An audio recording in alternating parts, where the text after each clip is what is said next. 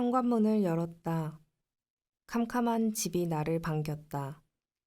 나는 일괄 소등 버튼을 눌렀다. 집에 불이 켜졌다. 가방을 정리하고 사은품을 창고에 차곡차곡 쌓았다.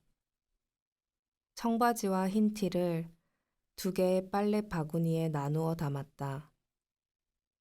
반신 욕조에 따뜻한 물을 받았다. 욕조물에 마그네슘 가루를 풀었다.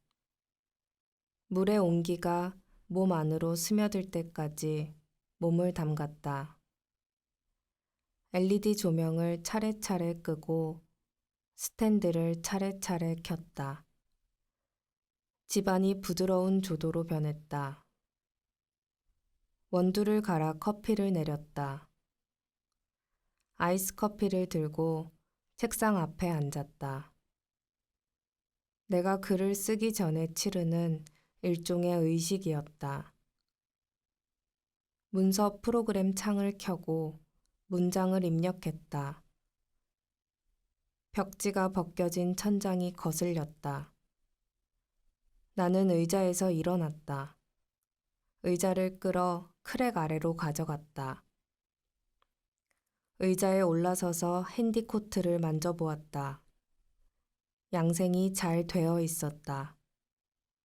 나는 사포로 핸디코트의 거친 면을 문지르다가 사포를 방바닥에 집어던졌다. 의자에서 내려와 컴퓨터 앞으로 돌아갔다.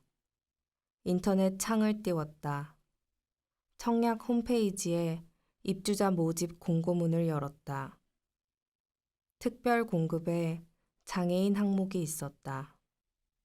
장애인 특별 공급 대상자에게는 청약 통장도 필요가 없었다. 발을 다치고 나서 처음 샌들을 신고 외출했던 여름날을 기억했다. 잘려나간 발가락을 감추고 싶지 않았다. 손상되어 버린 신체 부위를 자연스럽게 여기고 싶었다. 지하철 손잡이를 잡고 서 있었다. 내 앞에 앉아 있는 남자는 고개를 숙인 채 휴대폰을 보고 있었다. 그는 휴대폰을 몸쪽으로 살짝 당겨 내 발을 내려다 보았다. 그리고 고개를 들어 내 얼굴을 확인했다. 나는 시선을 창에 고정하고 있었다. 남자는 내 발과 얼굴을 번갈아 가며 보았다. 샌들을 신고 지하철을 탈 때마다 같은 일을 겪었다. 내 발을 먼저 본 사람은 반드시 고개를 들어 내 얼굴을 확인했다. 목욕탕에 가면 큐피드 같은 아이들이 내 앞에 우뚝 멈춰 서서 입을 벌린 채 내 발을 구경했다. 아이의 엄마는 재빨리 아이를 데려갔고 내 곁에 얼씬도 못하게 했다. 어떤 사람은 고개를 획 돌렸다. 어떤 사람은 잘 걷는 나를 부축하고 싶어 했다. 어떤 사람은 안 보는 척 하면서 보려고 애를 썼다. 어떤 사람은 내 발을 본 순간 뭉클한 표정을 지었다. 혼자 대단한 드라마를 예상한 눈치였다. 내가 발가락 3개만으로도 까치발을 설 수 있다는 걸 보여준다면 박수를 치며 눈물이라도 흘릴 기세였다. 운동화를 신은 날의 나는 비장애인 취급을 받았고 샌들을 신은 날의 나는 장애인 취급을 받았다. 내가 느끼는 불편과는 무관했다. 발이 불편하다는 감각은 잠잘 때만 잊을 수 있었다. 한 발 한 발 걸을 때마다 다치기 이전과는 전혀 다른 집중을 해야지만 균형을 맞추며 걸을 수 있었다.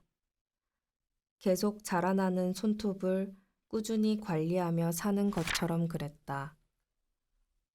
나는 장애인 특별 공급이라는 용어를 본 순간 나의 발이 장애로 인정될 가능성을 떠올렸다.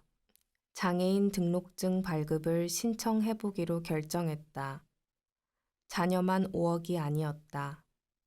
절차는 간단했다. X선 기계가 있는 병원에서 전문의로부터 진단서를 받아 제출하면 되었다. 병원을 찾아갔다. 샌들을 벗고 의사에게 발을 보여주었다. 장애인 등록증을 발급받으려고요. 진단서를 받고 싶어 왔어요. 의사는 내 발을 보며 고개를 갸우뚱거렸다. 이건 안 되는데요. 왜요? 인정이 안 돼요. 장애가 아닌 건가요? 손가락은 한쪽 엄지만 없어도 장애인 등록이 되는데요. 발가락은 10개 모두 없어야 인정이 됩니다. 왜요? 그걸 왜 저한테 물어봅니까? 의사는 허허 웃었다. 웃고 있는 의사를 보다가 나도 의사를 따라 웃었다. 진료실을 나왔다. 엘리베이터 속에서도 나는 자꾸 웃음을 흘렸다. 실소는 아니었다. 함께 엘리베이터를 탄 사람이 내 발을 내려다 보았다. 이제 내 얼굴을 보겠구나. 나는 예측했고 그는 내 얼굴을 보았다. 푹 하고 웃음이 터져 나왔다. 입주민 대표가 집으로 찾아왔다. 우리 집 천장의 상태를 직접 보고 싶다고 했다. 그는 휴대폰으로 천장 사진을 찍고 의자에 올라가 팔을 뻗어 천장을 만져보았다. 나와 보수에 대한 이야기를 나누고 싶다 했다. 그는 우리 집 누수에 대한 걱정을 늘 마음 한편에 담아두고 지냈다고 말했다. 그렇게 시간을 보내다가 건축법에 대해 잘 알고 있는 지인과 이야기를 나누게 되었다. 하자 이행 보증 보험이라는 제도가 있었다. 시공사가 증발하여 하자에 대한 보수를 진행하지 않을 때 이 보험 제도를 통해 보험금을 청구할 수 있었다. 입주민들에게 동의서를 얻을 수만 있다면 주민들이 돈을 객출하지 않아도 외벽 보수 공사를 할 수 있었다. 대표는 자신이 주민들을 직접 만나 동의서를 받아오겠다고 했다. 다만 공사 비용을 조금만 더 여유롭게 잡아 견적을 내자고 했다. 넉넉한 보험금을 받아 외벽 공사를 한 후 잔액을 주민들에게 배분한다면 당연히 서명을 해줄 것이라 했다. 견적서를 내줄 인테리어 업자와 보험금 청구를 도와줄 지인을 이미 알고 있으며 보험금에서 약간의 수수료만 떼어주면 된다고 했다. 나는 일단 생각을 해보겠다고 답했다. 보험금을 과잉으로 청구하다 적발되면 과태료를 물게 되는 것은 물론이고 적발이 되지 않는다 해도 앞으로 건물에 하자가 생겼을 때 보험금을 청구할 수 없게 될 것이다. 주민들이 동의서에 서명을 하고 현금을 받는 순간 주민들은 공범이 되고 건물 보수에 대한 자신의 권리를 포기하는 셈이 될 것이다. 나는 이상한 선을 밟고 서 있는 기분이었다. 어렸을 적 놀이터에 나가면 나는 모래밭을 둘러싸고 있는 타이어를 밟고 서 있었다. 모래밭에서 놀면 옷과 손이 더러워진다고 엄마는 주의를 주었고 나는 선만 밟은 채 모래밭에서 흙장난을 하고 있는 아이들을 구경했다. 더러워 더러워라고 연신 중얼거리면서도 눈을 떼지 못했다. 테두리를 빙글빙글 돌다가 처음으로 모래밭에 뛰어들었던 그때처럼 나에게 용기를 낼 타이밍이 찾아온 것 같았다. 뒤늦게 두려움이 몰려올 테지만 잠시뿐일 것이며 이후로는 더 쉽게, 더 자주 모래밭에 뛰어들 것이다. 다음날 입주민 대표가 다시 나를 찾아왔다. 생각은 해보았느냐고 물었다. 좋아요.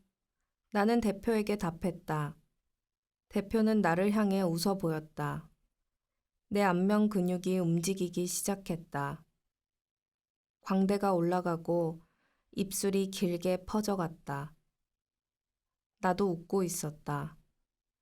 욕실에서 손을 닦으며 웃고 있는 내 얼굴을 한참 동안 바라보았다.